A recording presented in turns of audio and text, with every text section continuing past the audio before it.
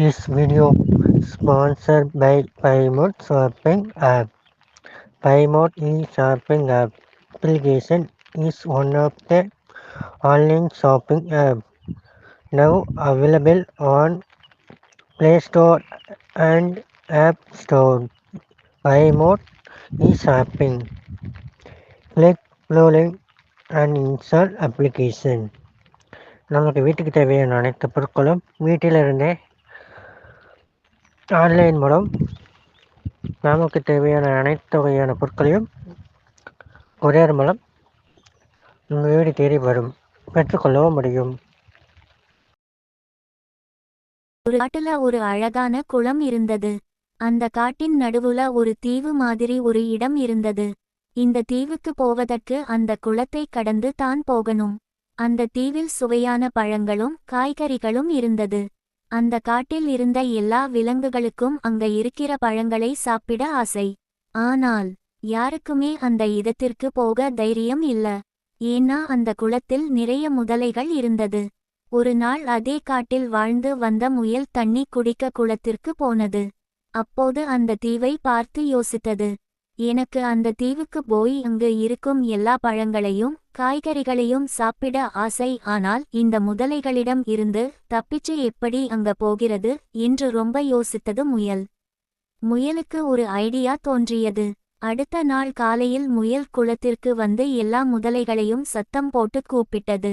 எங்களை இப்படி கூப்பிட யாருக்கு இவ்வளவு தைரியம் வந்தது என்று முதலைகள் கோபத்துடன் முயல் அருகில் வந்தன.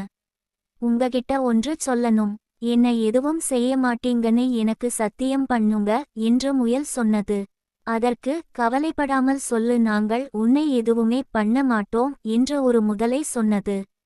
இந்த காட்டு ராஜா இங்கே இருக்கும் எல்லா விலங்குகளுக்கும் ஒரு பெரிய விருது வைக்கணும்னு நினைக்கிறார். அதுக்கு காட்டில் இருக்க விலங்குகளோட ஒரு பட்டியல் ரெடி பண்ணுனாரு. நீங்க சம்மதித்தால் நீங்க எத்தனை பேரு இருக்கிறீங்கன்னு எண்ணுவதற்கு சொன்னாரு. உங்களை எண்ணி மொத்தம் எத்தனை பேர் என்று நான் ராஜா கிட்ட சொல்லுவேன் என முயல் சொன்னது. எல்லா முதலைகளும் அவங்களுக்குள்ளே கொஞ்ச நேரம் பேசிக்கொண்டது. அதற்கு அப்புறம் ஒரு முதலை, சரி நீ எங்களை எப்படி எண்ணுவாய் என்று கேட்டது. எல்லாரும் ஒருவர் பின் ஒருவர் ஒரே வரிசையில நில்லுங்க, நான் உங்க முதுகு மேல ஏறி குதித்து ரொம்ப ஈஸியாக எண்ணி விடுவேன் என்று சொன்னது முயல். முயல் சொன்னபடியே எல்லா முதலைகளும் செய்தது. அந்த வரிசை குளத்தோட கரையிலிருந்து தீவோட கரை வரைக்கும் இருந்துச்சு. முயல் உடனே முதலைகளின் முதுகின் மேல் குதித்து வெற்றிகரமாக தீவுக்கு போய் சேர்ந்தது. அந்த நாள் முழுக்க முயல் எல்லா பழங்களையும் காய்கறிகளையும் சாப்பிட்டு நன்றாக ஓய்வு எடுத்து சாயங்காலம் தீவோட கரைக்கு வந்தது.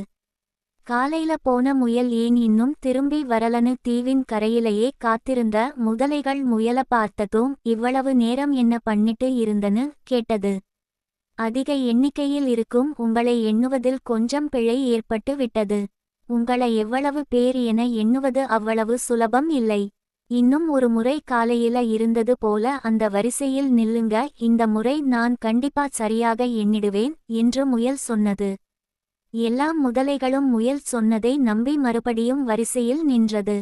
உடனே முயல் முதலைகளின் முதுகில் குதித்து குளக்கரைக்கு பத்திரமா சென்றது. முயல் புத்திசாலித்தனமாக முதலைகள் கிட்ட இருந்து தப்பிச் சென்றதை போல நாமும் இப்படித்தான் இடத்துக்கு ஏத்த மாதிரி யோசித்து நாம நினைத்ததை செய்ய வேண்டும்.